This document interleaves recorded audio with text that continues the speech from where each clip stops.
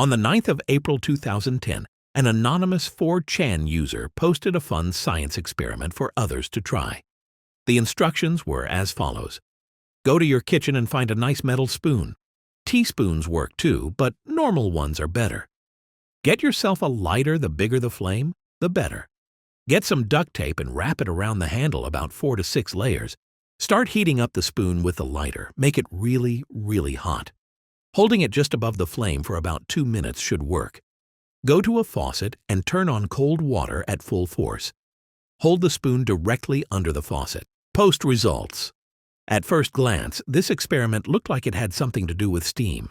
Maybe pressing the hot spoon under the faucet would instantly vaporize the water, filling the room with a sudden burst of steam or fog, something along those lines, when in reality the results were much worse. Whoever thought of this wicked experiment did so with the intention of hurting people, and unfortunately, their plan worked better than they could have expected.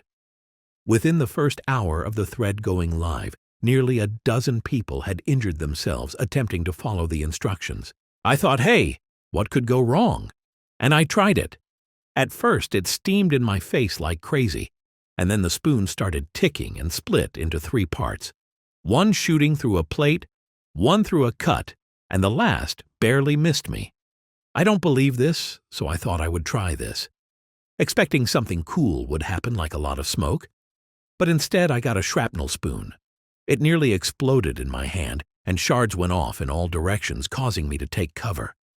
This nearly cost me my life. I'm not coming here again. I covered my face expecting steam. My hands are bleeding so much it hurts. No one do this. Extreme cooling causes metals to burst. Now 4chan is no stranger to causing widespread harm with these cool experiments. However, this one stood out for just how dangerously destructive it was. It used extremely common household items like duct tape and a spoon. And because it didn't involve any chemicals, people were far less cautious about just how dangerous it could be. According to one explanation, heating the spoon causes the inner layers of the tape to become extremely hot, almost to the point of melting, while the outer layers remain cool enough to still touch. Then, as the hot spoon comes under cold water, it quickly cools down. But since the inner tape around the handle is still scorching hot, it causes extreme temperature and pressure differences within the spoon, causing it to explode, sending shrapnel everywhere. And while the damage on 4chan was already immense, that was only the beginning. From there, this experiment spread like wildfire to other popular forum sites like Newgrounds, claiming even more victims in the process. The only silver lining here is that the spoon and duct tape experiment copypasta has since faded into obscurity. So at the very least, it hopefully won't be causing any more injuries. Back in 2008, some 4chan users got together and came up with one of the most cruel pranks in the site's history. Now, unfortunately, most of that thread has been lost to time. The only surviving proof I could find was this screenshot detailing what to do, stating Epileptic Forum Raid 1. Make account 2. Spam flashing GIFs, party hard, etc. 3. Troll the user base. 4. ஐந்தாவது நன்மை. Their target was the Epilepsy Foundation, a non-profit dedicated to supporting individuals with epilepsy and helping them find the care they need. After agreeing on a plan, the group of anonymous users headed over to the Foundation's website and exploited a security vulnerability to gain unrestricted access to the support forum. From there, they used a script to post hundreds of messages embedded with flashing animated GIFs, with hopes of catching visitors off guard and triggering seizures. Tragically, this was just as effective as they expected. Within seconds of the attack, dozens of users began experiencing intense migraines, with some even suffering full-blown seizures. One of the site's visitors, 33-year-old Rianne Folultz, described her painful experience in a later interview. It was a spike of pain in my head, and the lockup that only happens with really bad ones. I don't think I've had a seizure like that in about a year. She was just one of many victims that were swept up in what can only be described as a truly evil act. All the while, the 4chan attackers were celebrating their victory, laughing at the victim's pain, and calling the attack incredible and amazing. Fortunately, the Epilepsy Foundation's IT department managed to quickly take control of the situation before it escalated into a widespread crisis. And while I couldn't find any solid proof, a few sources suggest that the attack may have triggered an FBI investigation. Unfortunately, because of 4chan's anonymity, the people responsible for this horrible attack were never identified or held accountable. On the 19th of September 2017, an anonymous 4chan user posted a picture of a gas mask, 2 bottles of vinegar, and a jug of bleach captioned, "About to test out this gas mask."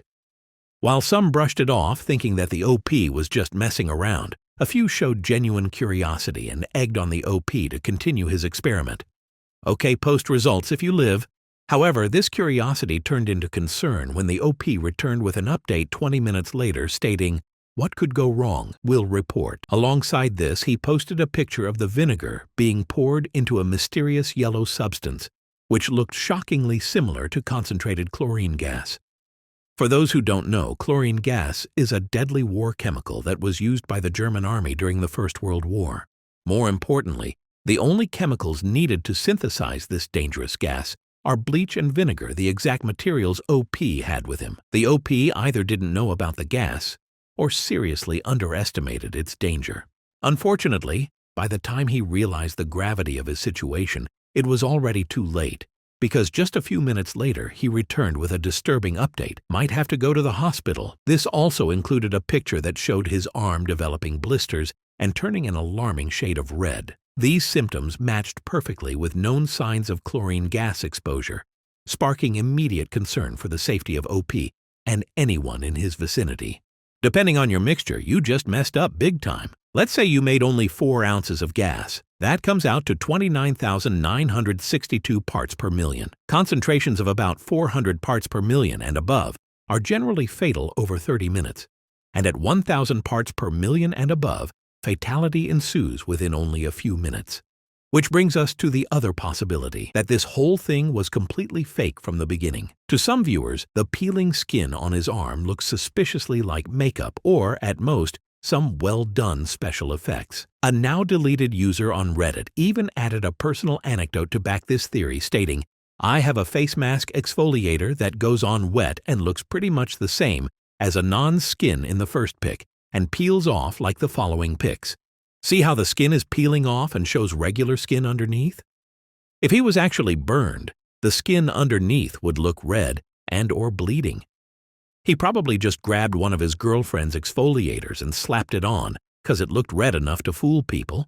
If the whole thing was staged, it would also explain some of the strange behavior I noticed from the OP. Things like, why did he stay in the bathroom with the hazardous gas for so long instead of rushing out immediately? And how was he able to endure the excruciating pain he must have been in, all while taking perfectly framed still pictures of his arm? However, despite all the signs suggesting it was a complete hoax, there's still no definitive way to know for sure. Maybe one day a news article will be found that announced the OP's death, or perhaps the OP will come forward and reveal the truth. Until then, the gas mask incident remains one of the most disturbing threads in 4chan history. In April of 2018, a 4chan user made a post seeking information about a disturbing picture they recently came across. It read, on one of the recent iceberg chart threads, someone mentioned the Monan tunnels not being on the iceberg. When I went to Google what these tunnels were, the only results I got were the original thread and pic related. Does anyone know more about it? I don't know how to read XF data. Coupled with the post was an image that looked like the aftermath of a horrific crime scene. It depicts 2 masked figures standing in a grass field at night, their index fingers raised towards the sky. Behind them is what looks like the remains of a young child in a red jacket lying face down on the grass. Unfortunately, no one on 4chan had any clue what the OP was talking about either. One user did claim to have seen a similar image back in the 2000s when they first started using 4chan, but they didn't provide any further information. The contents of the image also divided the community in two. Some speculated that this was the trophy photo the 2 men took after ending a life. They looked like hunters posing with a fresh kill, while others weren't so convinced. I feel like this might just be some kind of photo shoot, you know? like a bunch of kids hanging out, and they decided why not take some pictures, which led them to taking this picture just for them to show it around on the internet for shock or something. Which begs the question, what is this really? I tried searching for answers myself. However, information surrounding this image is surprisingly hard to come by. For starters, the OP mentioned an iceberg chart thread in their post, but never provided the link or even the name of the thread. Looking at the image itself, there's not much we can gather from it either. There are no visible landmarks or even stars in the sky that could help us pinpoint the location where the image was taken. The only clue we have is the name, the Monan Tunnels, referring to the tiny town called Monan, Indiana. But even that's not much help since the town is littered with hundreds of flat grass patches that could have served as the backdrop for this image. The camera noise makes it near impossible to estimate the year this image was taken based on the image quality as well, and there wasn't any useful information in its embedded data either. I also couldn't find any exact matches on the internet outside the original 4chan thread through reverse image searching. However, while looking for similar images, I came across something that could potentially clue us into the origin of this unsettling image.